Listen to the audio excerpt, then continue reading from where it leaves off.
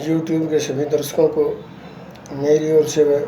हमारी पार्टी राष्ट्रीय जनहित विकास पार्टी की ओर से देश की प्यारी जनता के चरणों में कोटि कोटि नमन। आज फिर एक इस वीडियो संदेश के माध्यम से उन्हें देश की जनता को जो एक जगाने का जो अभियान मेरा निरंतर जारी है, उसी में एक प्रयास है कि मेरा भी हमारे देश के पूर्व में रहे महापुरुषों की तरह एक सपना है कि जो हमारी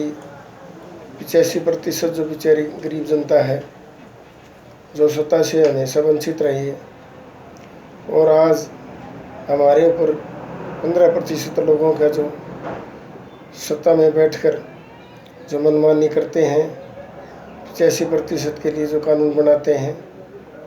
और सत्ता पर जिनकी इतनी पकड़ इतनी मजबूत है कि वंशवाद के चलते वो 85% जनता को नाम मात्र की सत्ता में भागीदारी देकर उनको बार बार लूटने का प्रयास करते हैं। मेरा इस वीडियो संदेश के माध्यम से आप सबको यह बताने का प्रयास है कि 2014 में हमने जिस भ्रमजाल में फंसकर एक पूरे देश की सत्ता जो एक गरीब के बेटे के हाथ में सौंप कर जो हमने गलती की, मेरी देश की जनता से पुनः अपील है कि उसी गलती को बार बार न दोहराएं, क्योंकि मोदी जी अक्सर सार्वजनिक मंचों से कहते थे कि हमने गरीबी की दंश को झेला है, गरीबी के मार को सहा है। मेरी माँ गरीबी के चलते आसपास के घरों में मेहनत मजदूरी करके हमारा पेट पालने का काम करती थी। तो हमने पूरे देश की जनता ने तब एक ही चिंतन उनके दिमाग में चल रहा था कि जिसने गरीबी के दंश को सहा है, वही आदमी गरीब लोगों की मर्म को, उनकी पीड़ा को समझ सकता है। लेकिन आज धिक्कार है, या तो मोदी जी वो बात सार्वजनिक मंचों से कहते हैं उन्होंने गरीबी को नहीं सहा। अगर जिसने गरीबी के दर्द को सहा है तो 85% जो जनता है, क्या उनकी माएँ आज भी कहीं ना कहीं आसपास के घरों में मेहनत मजदूरी करके उनको 2 वक्त की रोटी भी नसीब नहीं होती?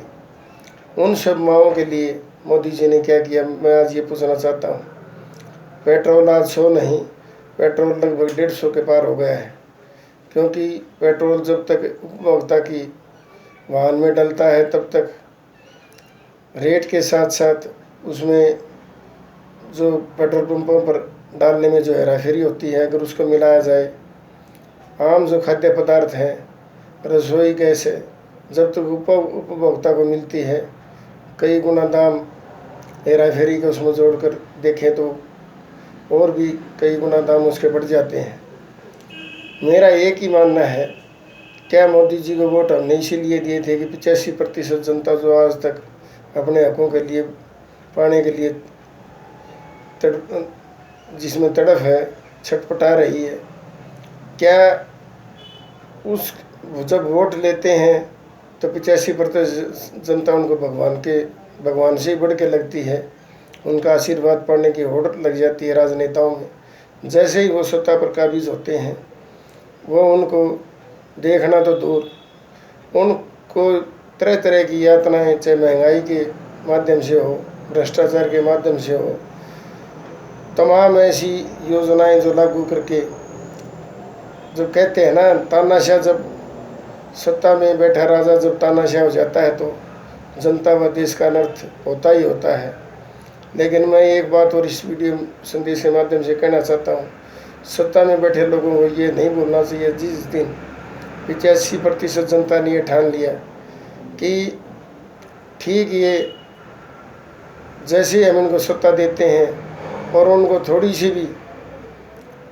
ये आभास होगा कि हमें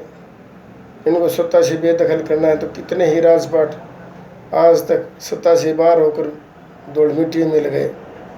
85% जनता की ताकत एक उस हाथी की ताकत के समान है। जिस दिन उसने अपनी ताकत को समझा, वो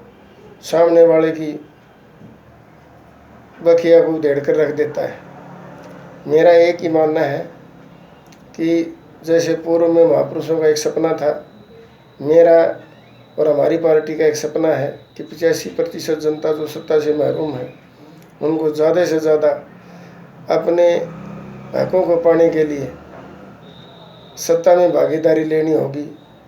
वोट तो हम आज तक 75 साल तक किसी न किसी पार्टी को देते ही आए हैं, लेकिन जब सत्ता में बैठी पार्टियों से आप टिकट मांगोगे तो वो आपको भिखारी से ज़्यादा कहीं आपकी तुलना नहीं करते। और टिकट देना तो बहुत दूर की बात है, क्योंकि टिकट तो उनके परिवारों के चलते एक एक आदमी 5-5, 10-10 सत्ता में जब बैठ जाते हैं तो आम आदमी का सत्ता में पहुंच पाना बड़ा मुश्किल हो जाता है। तो मेरा बाबा साहब की तरह, पूर्व में महापुरुषों की तरह एक ही सपना है कि 85% जनता अपने हक और अधिकारों के लिए जो आज तक लड़ती आई है, जब तक उसको मास्टर की सत्ता की हासिल नहीं होगी और वो सत्ता में नहीं पहुंचेंगे, तब तक उनकी समस्याओं का निराकरण नहीं होगा। इसीलिए देश की प्यारी जनता से पुनः आग्रह है कि आप अपने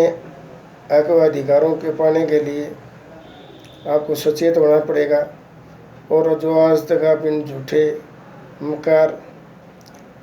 चालबाज राजनेताओं के जो चक्र में फंसे हुए हैं उनसे आपको बाहर निकलना पड़ेगा और आपको स्वयं ये निर्णय लेना होगा कि हमारे साथ बहुत जाति हो चुकी, अब हमें अपना हक पाना ही पाना है। इसके लिए हमें प्रयास करना होगा। जय हिंद।